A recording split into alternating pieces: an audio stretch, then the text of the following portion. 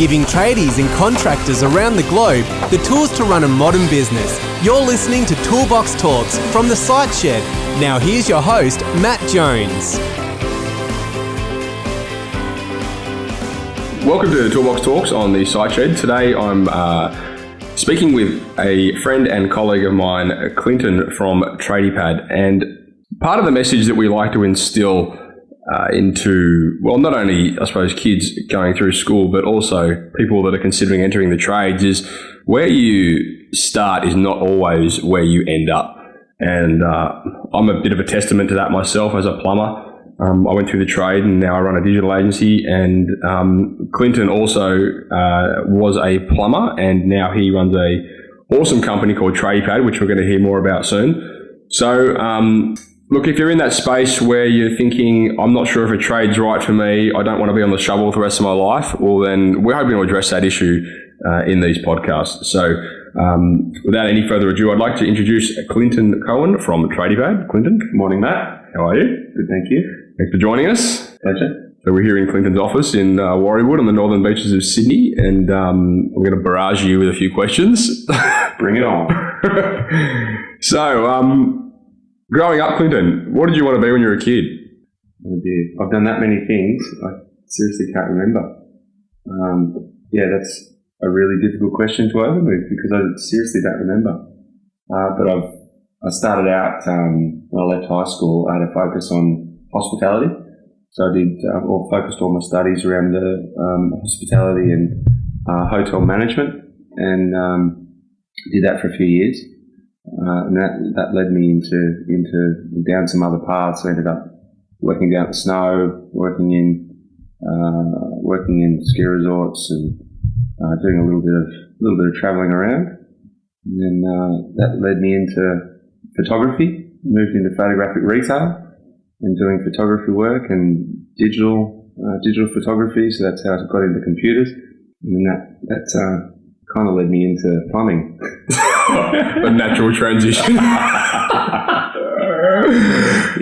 was looking for a bit of a change, so I did a trade. All right, well, that doesn't make any sense. So you were doing photography. You were working in a ski resort. Is this right? Yeah. And then you met. How did you get into plumbing from there? So a guy that I was living with over in Canada, he came back from Canada and started his plumbing business, and we stayed in touch. And I moved into the photographic retail game and into photography. And we caught up a couple of years after he started his business, and he offered me a trade, offered an apprenticeship. So I was looking for a bit of a change, so I jumped on it. Yeah, right. I was 24 at that stage. Okay. So you're an old tradie, an old apprentice. Yeah, late starter. Oh, good on you. Yeah. Yeah, right. So, so how long were you working as a plumber? 6 years. Yeah. Maybe about 6 years. I did my trade, did my licence course. I started studying the hydraulic engineering diploma. Yeah. And we had that was a big change in life. So So I kind of had to put the hydraulic engineering diploma on hold for a little while, but then the iPad was announced. The iPad was released, and that was how TradiePad first started. Ooh, okay. So this is going to be the next question. Tell me about the transition into TradiePad. Or I'm guessing at that point it wasn't TradiePad. No, that's right. So I was it was nothing pad. I was working with my business partner Dave in a plumbing business on the northern beaches here called Waist Deep Plumbing. Who, for the record, I went to TAFE with. It's all very incestuous here on the beaches. So Dave and I were working together, and we're always looking for a way to run the business electronically, but laptops weren't really viable. So it wasn't until the iPads, the original iPad was announced and released, that we thought, oh, maybe this is the thing that we've been waiting for. So I got our hands on a couple of those and set up some apps, and took a bit of time, but we basically got the business running paperlessly. So got rid of our job cards and our invoice books and quote books and all the paper that was drowning the business and making us spend too many hours in the office at night. And I realised that the technology was absolutely perfect for the trades. So I thought, there's an opportunity here to help out other tradies to do what we've done with getting rid of all the paper, and there was more and more software solutions and apps coming out. So I thought, I'll start up this little business, helping out my mates and helping out other tradies, and here we are, 5 years later. And it's we're into it. Yeah, we're into it. So was there a pivotal moment for you starting TradiePad? Was there anything that was it like a penny drop moment, or was it like bang? Yeah, absolutely.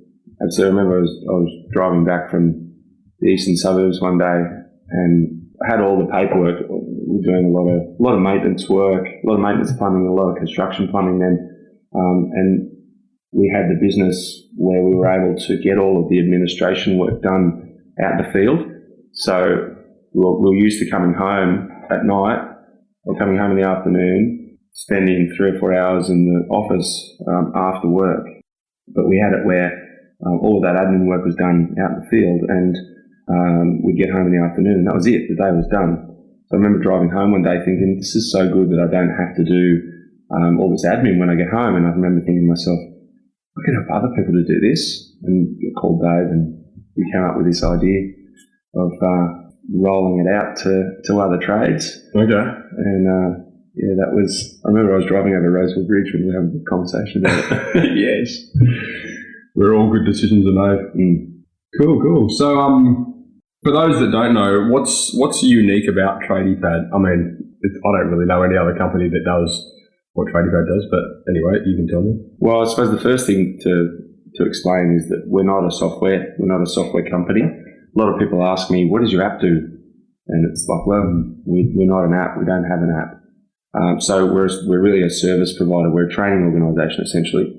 So we're helping tradespeople understand technology and embrace it, and work out what technology they need to run their operations, because there's so many different options out there now.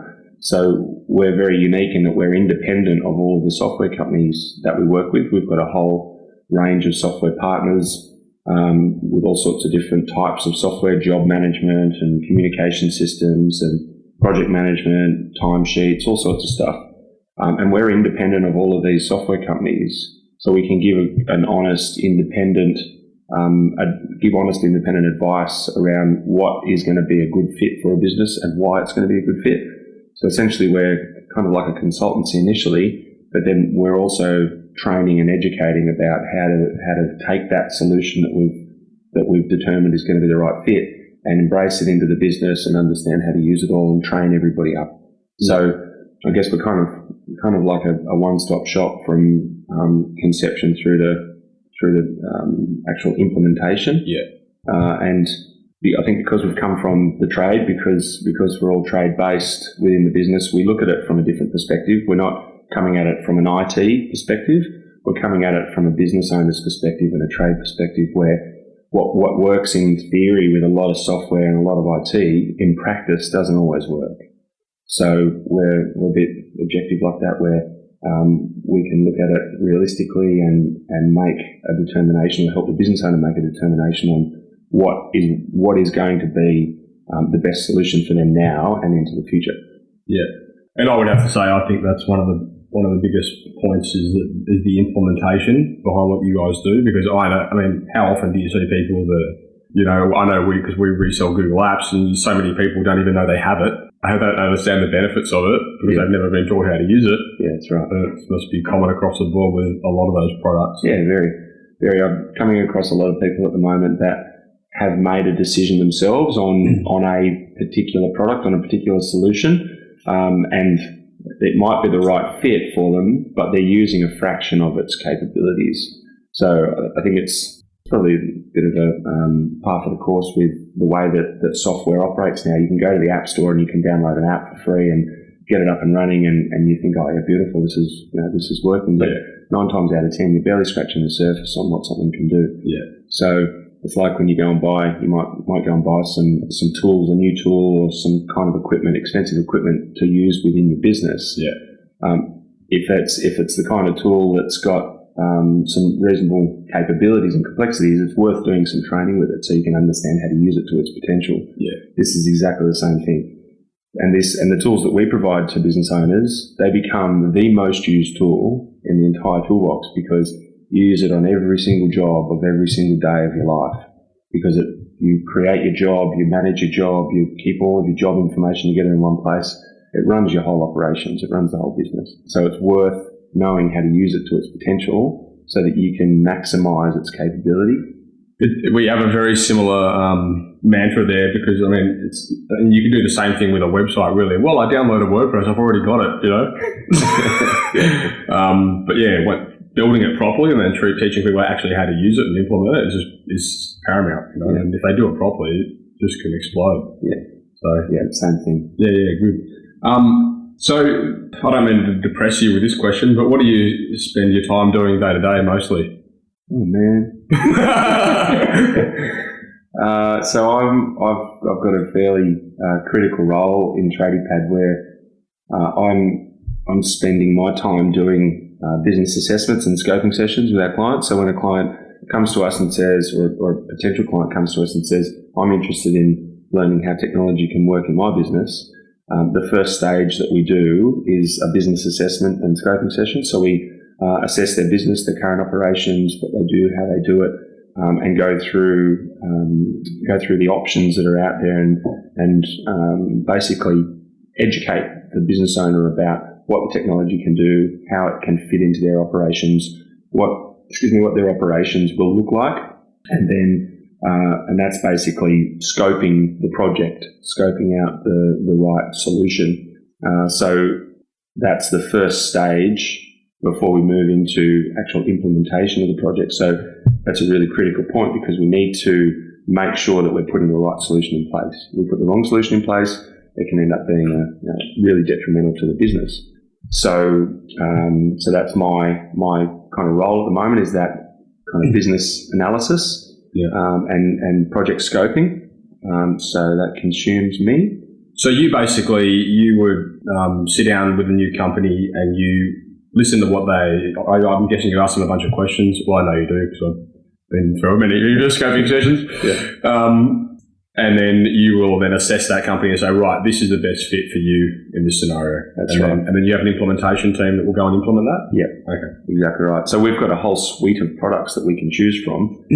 We've got a whole range of job management systems that all look quite similar on the outside, but they all suit different businesses because they have different capabilities and different operational structures. So what suits a plumber that does maintenance work is going to be completely different to what suits a plumber that does purely construction and project work. Yeah.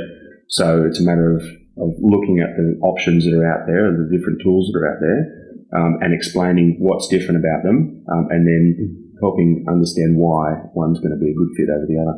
And that's actually, I suppose while we're on that point, we are booked in for a series where Clinton and I are going to be co-hosting, and we're going to be talking about different project management systems, job management systems, and cloud in general.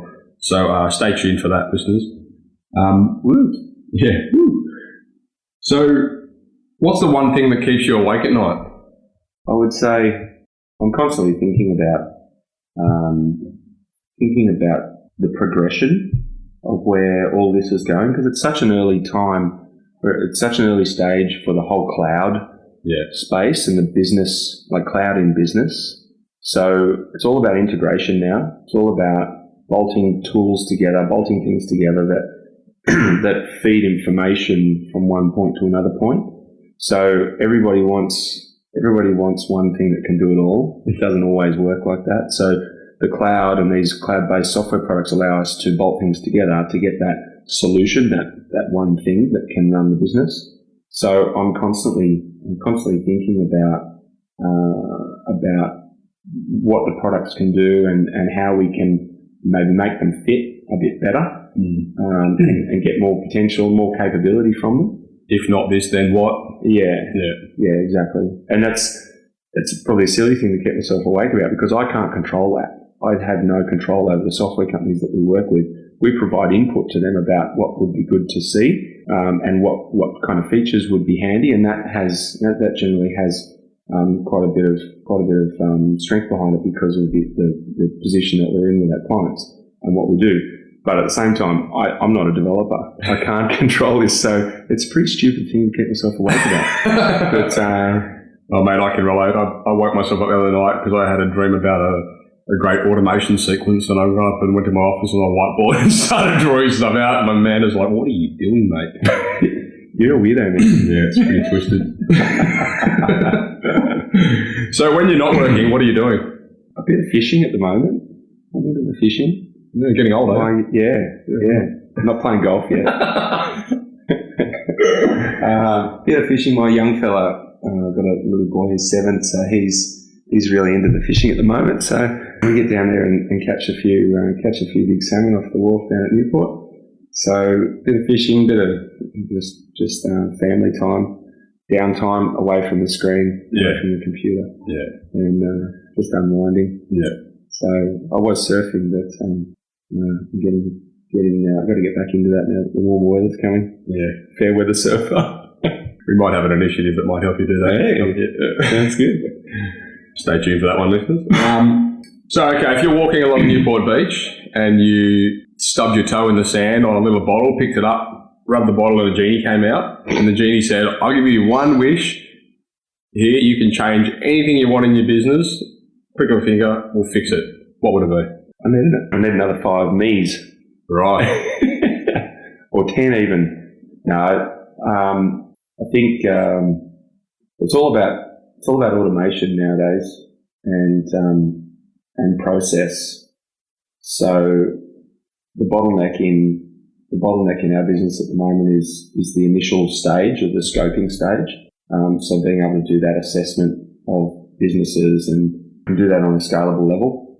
So if we could have some automation tools around that that could do that assessment and do that determination, that would be what I would be looking for. And there's plans in place to create that and to have that. It's just a matter of doing it now. Yeah, we can talk about that after. Yeah. So, yeah, I mean, I guess that's a good point, because really, if you're doing the scoping sessions and you know all these products inside and out and you know what's the best fit for a company, then it's I suppose you need to find someone else to duplicate yourself that has the same intellectual knowledge on those products, right? Yeah. But it's education as well. That initial session that we do with the client it's a tool for us to determine what the solution is going to be, but it's also education for the client, because we're talking about stuff that they don't necessarily know about, devices and email platforms and websites and financial software and operational software. So it's as much education for them as it is data gathering and information gathering and determination for us. Yeah.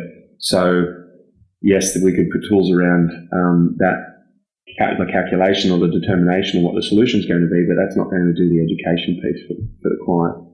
So we're getting a bit deep here. Yeah. Let's move on. So what's the best advice you've ever been given? Don't give up. Yeah. Don't give up. Just keep on swimming. Yeah. It's been a roller coaster the last 4 or 5 years, and there's been lots of naysayers with what we've been doing, because we've basically created a business that hasn't been done before, and working in an industry that's brand new, that really didn't exist. So lots of people early on were saying, "Oh, you're crazy, stick with the plumbing." But we've kept on plugging away, and there's been a lot of ups and a lot of downs, but we're starting to come through the other side now. The technology is here to stay. There's no doubt about it. And it's the mobile devices that we've got now and the cloud solutions that we've got now are absolutely perfect for the trades and construction industry. It's been made for us. The rest of the business world's been using technology and computers to run their operations for decades, but we've been stuck with pen and paper.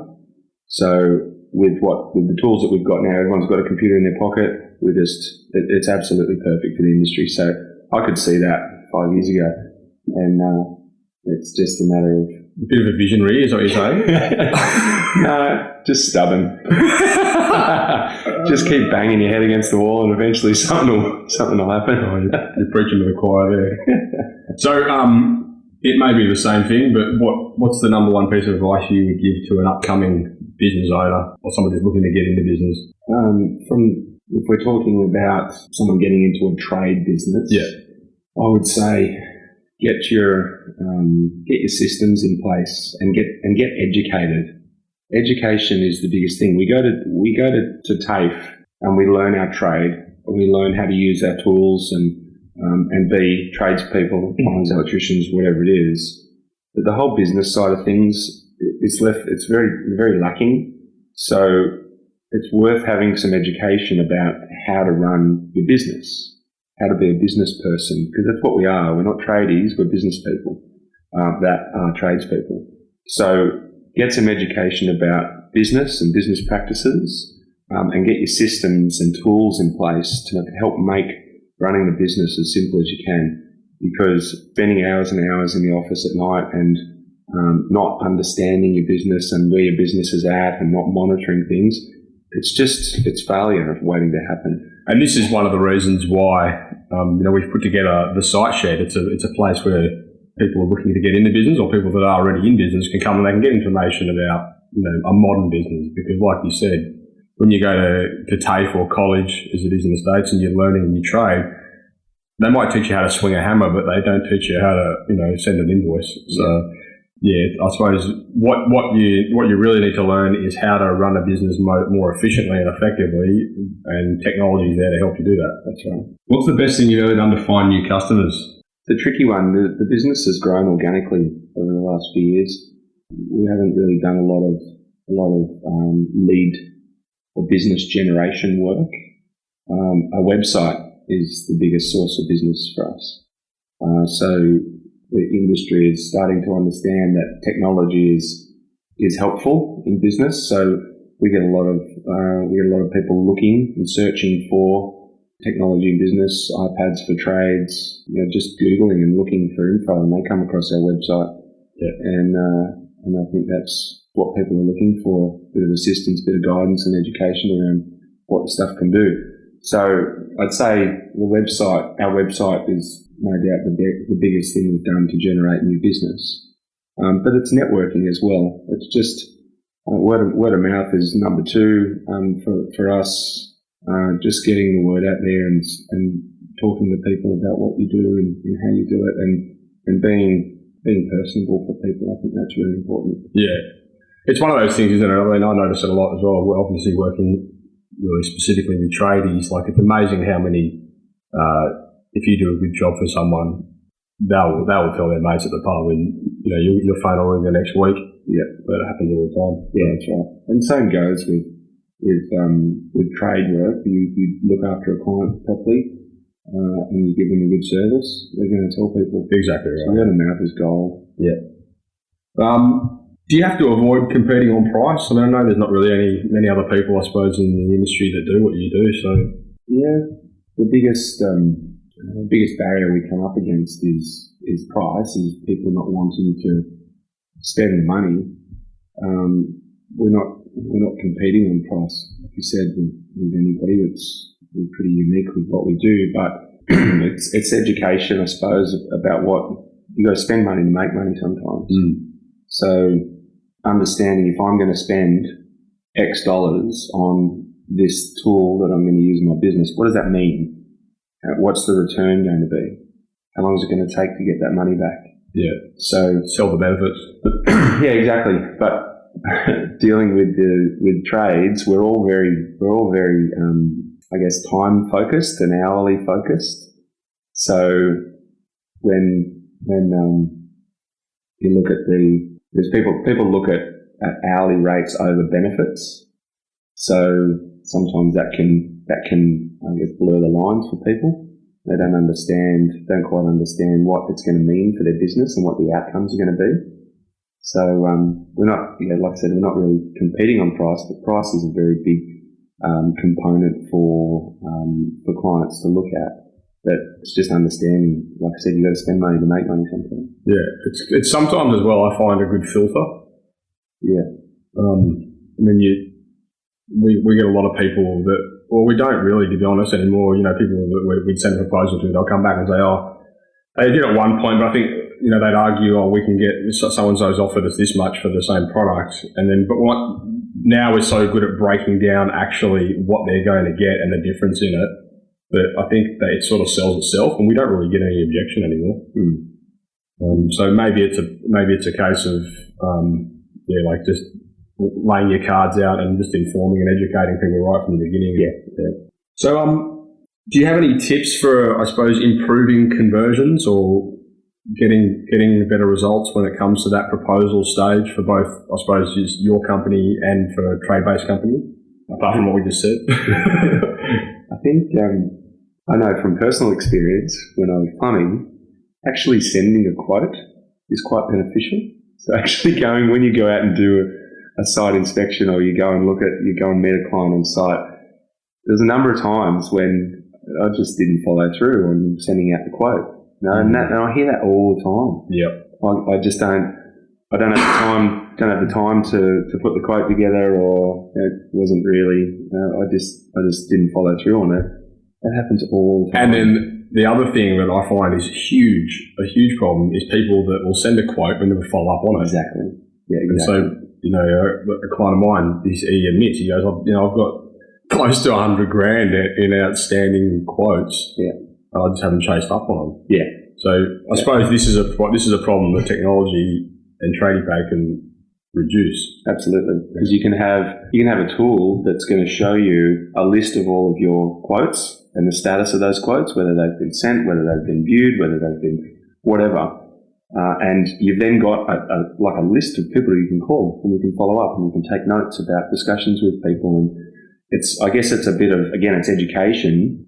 We're not traditionally salespeople. We're not having to do sales-based things like that. We're tradies. We're going and doing jobs and doing work, but you've got to get out of that mindset. Got to get out of the tradie mindset and move into the business mindset, which is words spoken by a very famous man. And is that me? Are you quoting me? No, it was another Matt Jones actually. Oh, I'll wait to have him on the show. So just getting into that business mindset of we're in business to make money. We're doing this because it's our income. So you want to maximise that. So if it means making a couple of follow-up phone calls is going to increase your conversion rate, then you're an idiot not to do it. Right. So a lot of people don't do it because maybe it's too hard. You don't have a list at hand that you can easily access on phone numbers and whatever, but the tools that we've got nowadays can give you that. So you can have a list of people, a list of quotes there that you haven't followed up on, and as you're driving from job to job, you can make a phone call. Yeah. It's not difficult. It's just getting into the habit. And we're actually working on a project, on a product that's going to take that one step further and automate that as well for guys. So once they've got, a bunch of outstanding quotes or whatever it is, then we're working on a product that's going to automate the following up on that. Beautiful. Yeah, so we should talk. Yeah, we will. Yeah. Cool. So this is going to be a super loaded question for someone like yourself, but at the moment, what's your favourite app, business tool, or CRM? Let's talk about though for you for TradiePad. For TradiePad? Yeah. What's the tool that you guys benefit most from? Google Apps. Yeah. Google Apps is gold. We run the whole business. We really use all of the tools of Google Apps. It's email, obviously. The business is run by email, but the calendar is our scheduling tool. Google Drive is our storage facility for the whole business. Everything runs through there. Google Docs is in use daily. Google Sheets is in use daily. And Google Forms is absolute gold. Yeah. So we use that for so much stuff now, for information collection and populating documents. It's absolutely gold. Very, very powerful tool. And I admit when we first started using Google, we used a fraction of its capability. Yeah. But we're really starting to leverage the tools now. So that'd be number one. And number two is our customer management tool, which is Affinity Live. And that keeps all of our customer records and all the communications. And it's a fantastic tool for managing client tickets, so inquiries and support stuff. So a combination of those two, because they go hand in hand. Google Apps and Google Mail feed straight into Affinity, so it's a match made in heaven. Yeah, excellent. No, we're mad on Google Apps. It's one of those products I find where, like, you and I know the benefits of it, but it's sometimes really hard to communicate to a company what it can actually do for them. Yeah. You know, so and especially when they're so used to using Outlook and they've got their little folder structure set up for email, and you think you don't even need that anymore. Like, it's just so. Yeah, that's right. We did a session yesterday with a client where there's 4 of us involved in an online meeting, and each one of us had been sent an Excel sheet, an Excel document. So we each had a version of that had been emailed to us. And the guys are going, we'll put information in here and we'll put information in there. And I said, stop. Let's just stop. I'll put it all into a Google Sheet and send it to everybody. And the guys that we were talking to, they were a Google Apps user, but they were still using Excel. Oh. So I put it into a sheet, sent it out to them, got it up on the screen, started editing it, and everyone could see the changes happening live, and they were blown away. Yeah. Absolutely blown away. So these guys have been using Google Apps for years. Had no idea it even existed. And this is, I suppose, what we were talking about before with the implementation, why it's so important. Yeah. The guys have got probably one of the most, and I see it all the time, one of the most powerful tools, business tools. I reckon it is probably one of the most powerful business tools available. Yeah. And it's as cheap as chips. Yeah. And people don't know how to use it. Yeah. Yeah. So what's the best thing you do to keep a project or a customer in line? In line? So like just keep it running smooth and big whacking sticks are quite good. Yeah. Machetes. No, communications. Just keeping everybody in the loop with where things are up to. So have you got a process around that? Our projects are very structured in terms of the sessions. So the schedule of sessions that we do. So communicating initially about obviously when those sessions are going to be, but then communication in between the sessions about what's required and what's going to be done at what stage. That's probably the most important, so that everybody's kept on the same page. Yeah. But in terms of the structure or the tracking of the project, I think a lot of people that we deal with kind of think that these tools are just going to be magic tools and magic seeds that can just fix my business without a lot of input. So we have to set that straight at the start, that it is a commitment. You know, we need to make sure that the business owner and the people involved in the business are committed to learning all of these things and committing some time to understand it all so that it can be used to its potential. So keeping everybody in line with the learning and the understanding is probably the hardest part, and getting commitment from people, because we're all busy. Everyone's busy, and I understand that, but sometimes you have to step back to be able to move forwards. So it's a good analogy. Someone said to me the other day, I was too busy chopping down trees to sharpen the axe. Right.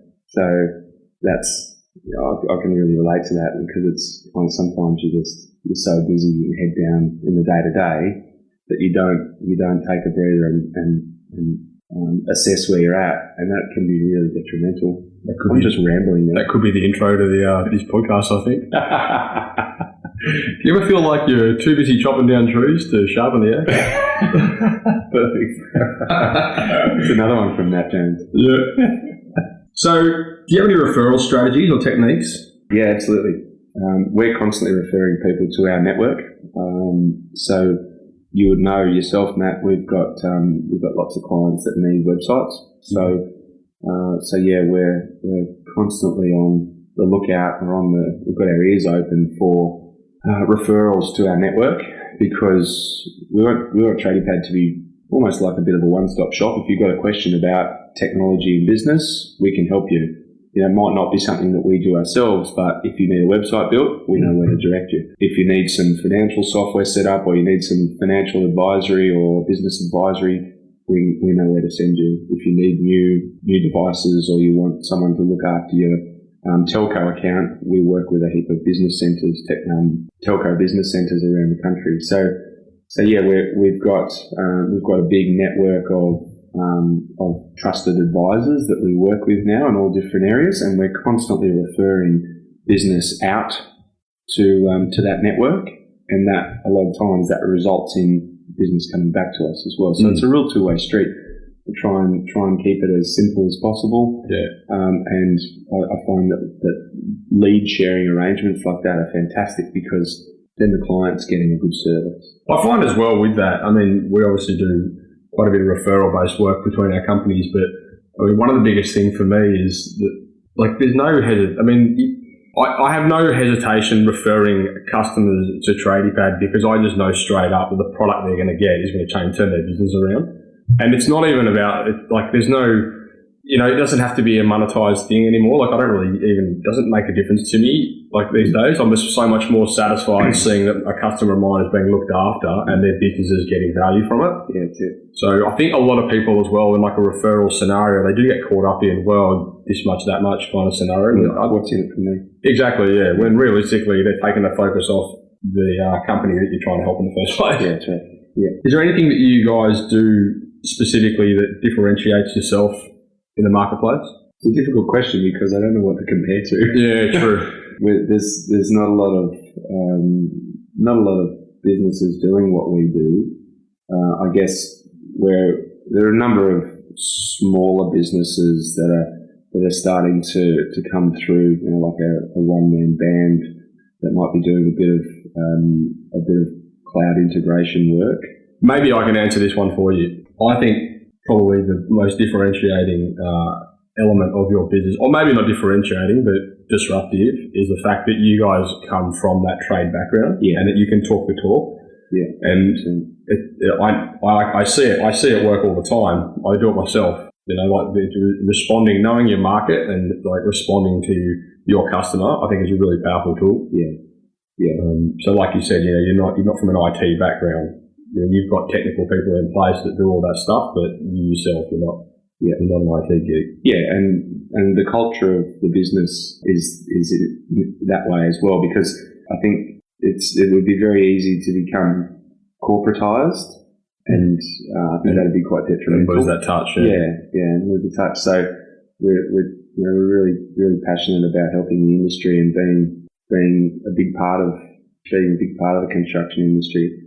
And again, I'm just rambling. So, getting to the end now, what does the future hold for Clinton Cowin, and what does the future hold for TradiePad? Well, we're getting a lot of customers on board now. We've cracked the 400 customers barrier, so it's just a tiny fraction of the industry. So there's still a lot more to do. I think the whole industry, it's getting to a point where people are a lot more accepting of technology, so it's really starting to ramp up.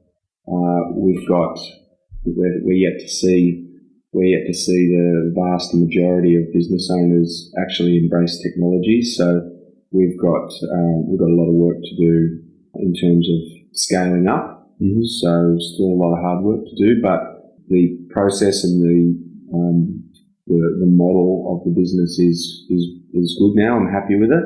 So now it's just a matter of really being able to keep up with demand. So I see me being very busy for another few years, but I see the whole industry really evolving, and I see us as tradespeople being recognised a lot, or being regarded a lot more highly as business people because of the tools that we have. So that's what I'm so excited about, is seeing that progression of the industry. So that's really the whole motivating factor for what I'm doing is helping the industry progress. Would you say that's what gets you out of bed in the morning? 100%. Yeah. 100%. Seeing the effect that we have on people's businesses, and how I had a session with a client the other day, and he just got back from a holiday to Europe. He'd been over Europe for 4 weeks, and it's the first holiday that he'd had for 5 years because he just couldn't leave his business. But we set him up with some tools that can monitor the business from anywhere, and he went away on holidays and he came back and the business was running beautifully. Probably doing better than it was when he was there. One of those scenarios. Yeah, a little bit that way. But that's, for me, that's the epitome of what we do, why we're doing it. We're really freeing up business owners and making them better business people, but giving them a lot more freedom as well. Yeah. Okay, well, look, 2 more questions. Firstly, how can people reach out to you? Our website is a good starting point. There's a lot of information on there. www.tradiepad.com.au and all our contact information is on there. You're pretty much at TradiePad on everything as well, across Twitter, Facebook, Google+. Absolutely. Yeah. All right, cool. Last question. Who would you like to see interviewed on this show next? I think I'd like to hear Matthew Jones. Me or the other one? Both of you. Okay. Just to confuse things. Might need a, if we're going to do me, then someone's going to have to host that, so it might have to be you, but all right, interesting. All right, follow that. Beautiful. Okay, great. Well, look, let's wrap this up. Thanks for your time. I know you're busy. Thank you. Thanks for having me. No, you're welcome. And the listeners, as I mentioned, Clinton and I are going to be co-hosting a series on cloud coming up very soon in the coming episodes. So, stay tuned for that because there's going to be some great information in regard to a general overview and then specific products that would apply to different types of businesses. So that's all for us. That's a wrap. So we'll look forward to speaking to you again soon. So if you haven't already, head across to thesiteshed.com and register for our Toolbox Talks, where you'll be regularly sent great episodes just like this straight to your inbox, so you'll never miss one. If you want to join the community, you can head across to thesiteshed.com/members, where for a small monthly fee, you'll get access to regularly updated training material, as well as access to our forum, where you can mingle and collaborate with trade-based business owners just like you from all over the world. If you're enjoying this podcast, please head across to iTunes and leave us a 5-star review. We greatly appreciate it, and it helps us spread the word and reach the masses. Likewise, if you know anyone that might benefit from the content we create, then please go ahead and share this with them. You've been listening to Toolbox Talks by The Site Shed. For more great content just like this, head across to thesiteshed.com and join the amazing community of savvy trade-based business owners.